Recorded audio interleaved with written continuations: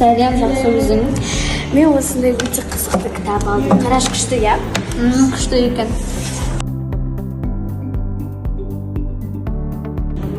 Сен вообще не істеп жатсың? Кітап оқып жатырмын.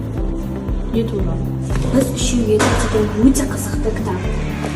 Бұл кітаптың авторы Төлен Әбдікекен. Төлен Әбдіктің көптеген қызықты шығармашылары бар. Сен мені өз сөздеріңмен қызықтырып жібердің. Мен де осы кітапты оқығым келіп қалды. Мен айтпақшы, осы кітапты оқып тастадым. Бұл саған сыйлық.